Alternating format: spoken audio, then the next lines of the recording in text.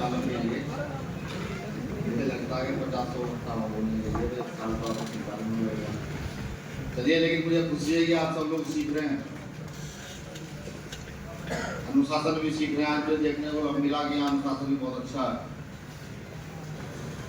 ये भी देखने को मिला कि कार्यकर्ता जो है वो समर्पित भाव से यहाँ पर बैठे हुए हैं। पहले बताओ क्या सुनना चाहोगे, कैडर करूं या फिर भाषण दूं? तो आप में से वो कार्यकर्ता हाथ बढ़ा रहे जो पिछले 6 महीने से जुड़े हैं, पिछले 6 महीने के अंदर जुड़े हैं। तो उससे पहले उनके हाथ नहीं, तो पिछले 6 महीने के अंदर जुड़े हैं वो कार्यकर्ता। कल के भी है 6 महीने से लेकर आज तक की तारीख के कार्यकर्ता जुड़े हुए हैं।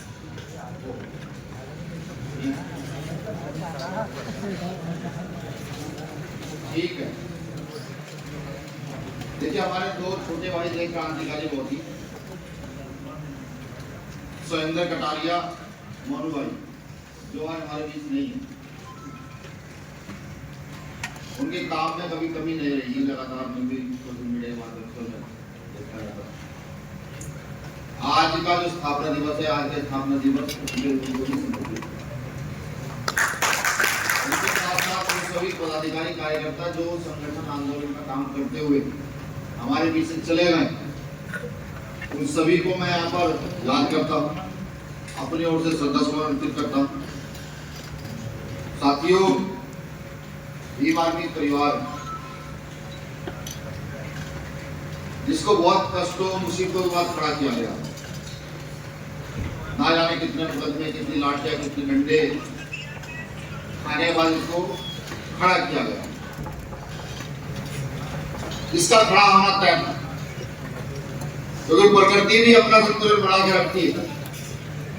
आप देखते होंगे कि जब जब बहुजन आंदोलन पीछे गया तब तब कोई ना कोई खड़ा हुआ। जैसे महात्मा ज्योतिबा फुले गए, डॉक्टर अम्बेडकर आए, डॉक्टर अम्बेडकर गए, साथ काशीराम आए, ऐसे ही तथागत बुद्ध से लेकर के लगातार इस आंदोलन को चलाने वाले लोग पैदा होते रहे और यहां से जाते रहे। लेकिन एक बड़ा सवाल खड़ा होता है, एक विचारधारा जो समानता पर स्थापित और एक विचारधारा जो गैर समानता पर स्थापित। समानता वाली विचारधारा लगातार गिरती है, फिर गुंडों के बल चलती है और फिर गिर जाती है। लेकिन गैर समानता की विचारधारा लगातार झूठ आड़पर पर स्थापित होकर के दौड़ना शुरू कर देती। ये मंथन का विषय, क्योंकि जब पढ़ता हूं डॉक्टर अम्बेडकर को, डॉक्टर अम्बेडकर के संघर्ष को और उनके यहां से जाने के बाद के पीरियड को, तो मैं ये देखता हूं कि जब तक डॉक्टर अम्बेडकर रहे तो इस देश के दलितों का, पिछड़ों का रक्षण रहा। लेकिन डॉक्टर अम्बेडकर के जाने के बाद हर अन्य अत्याचार यहाँ दलितों, पिछड़ों पर हुआ। जब इस संघर्ष को देखता हूं तो मन में एक विचार आता है कि आखिर ऐसा क्यों है। फिर सोचा कि कहना तो किसी भी चीज को आसान, अगर आप प्रैक्टिकली नहीं कर सकते तो फिर फायदा क्या। वो लोग हाथ खड़ा करके बताए जो भीम आर्मी के किसी भी पद पे यहाँ पर बैठे हैं, तो किसी भी पद पर है या आप पूर्वोत्तर में किसी पद पर रहे हैं, हाथ खड़ा करके बताएं। कई गांव के अध्यक्ष, गांव के संयोजक होंगे, तहसील चेयरमैन होंगे, लगभग 70% लोग आप जगह होंगे। आप 2 चीजें गौर से सुनिए। मैं विनय रतन सिंह, जो भीम आर्मी की स्थापना से लेकर आज तक आपके सामने खड़ा हूं, जितना काम किया डॉक्टर अम्बेडकर के आंदोलन के लिए, सदगुरु रविदास बुद्ध के आंदोलन के लिए, वो पूरी ईमानदारी से किया। उस काम में कभी जीवन में मैंने चोरी नहीं की, बिल्कुल। मैंने अपने घर के काम में चोरी की होगी, लेकिन कभी भी आंदोलन के काम में चोरी नहीं की। तो एक चीज स्पष्ट होती है कि मैं आप में से यहाँ बैठे हुए किसी व्यक्ति से डरता नहीं। मेरे साथियों ने बताया 24 राज्यों में संगठन किया है, 24 को नहीं देश में किया है, 24 में 24 वैक्सीन दिया पर बहुत पुराने साथी हमारे थे, 23 राज्यों में किया। और इतनी भी क्षमता रखता हूं कि इसमें भी अगर कल को हमारी टीम ये कहने लगे नहीं जी यहाँ तो कोई संगठन खड़ा ही नहीं कर सकता, तो अभिनंदन सिंह अपने पर भरोसा करता है कि वो यहाँ जहाँ भी संगठन है। ये बात मैं किसने बता रहा हूँ, जो सवाल मैं पूछने जा रहा हूँ आपसे, क्योंकि आज के समय में जहाँ आधुनिक युग है, भौतिक सुख सुविधाओं से भरी हुई चीज है, हम सीखते हैं तो सोशल मीडिया पर स्टेटस लगाते हैं, अगर हम खांसते हैं तो सोशल मीडिया पर स्टेटस लगाते हैं।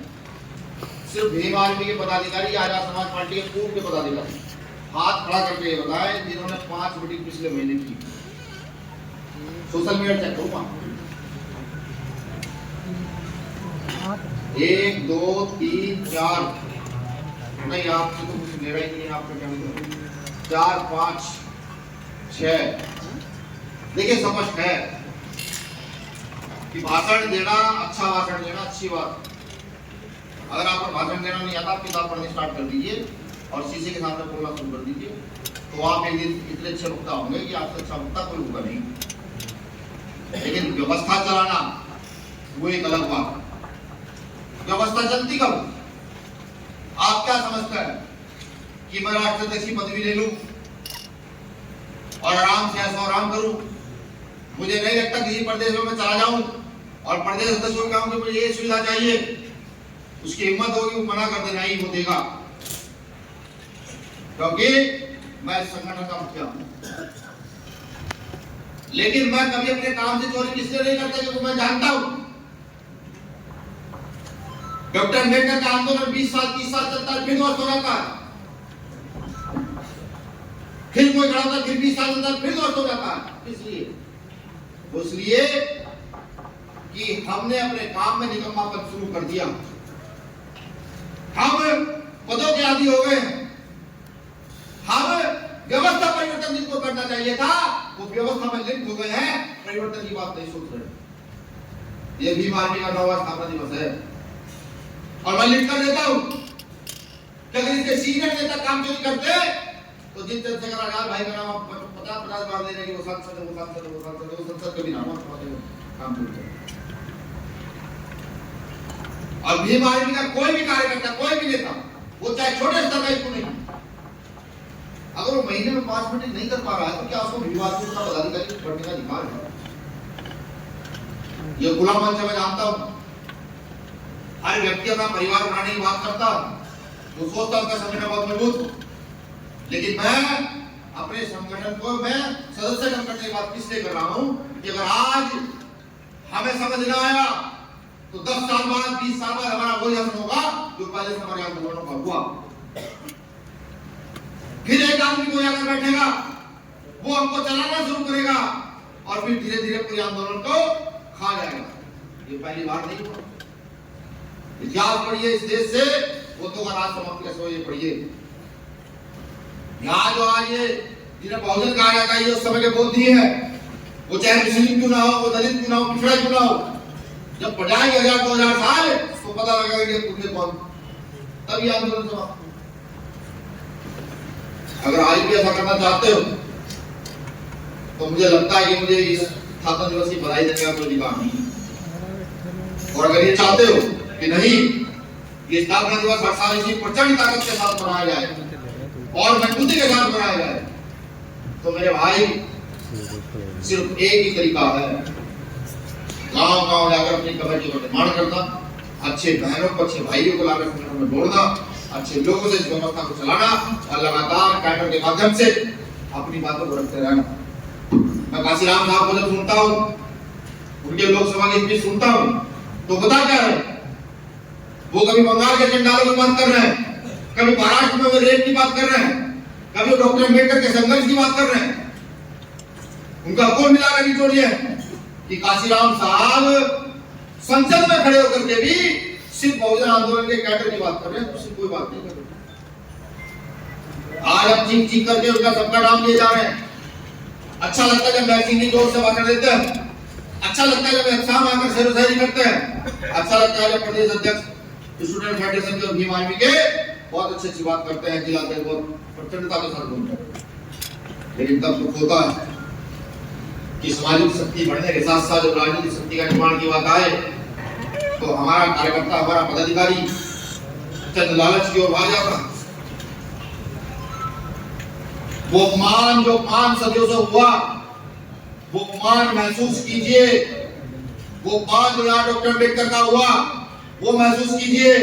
आप क्या समझते हैं कि आपने चंद्रशेखर भाई को जिता कर भेजा? समझिए चंद्रशेखर आजाद जीत कर कैसे गए। सारी भारतीय जनता पार्टी, इंडिया गठबंधन, यहां तक कि माननीय बहन जी बसपा के सारे नेता इतने बड़े विरोध में थे कि इस आदमी को कैसे आराम कराएगा।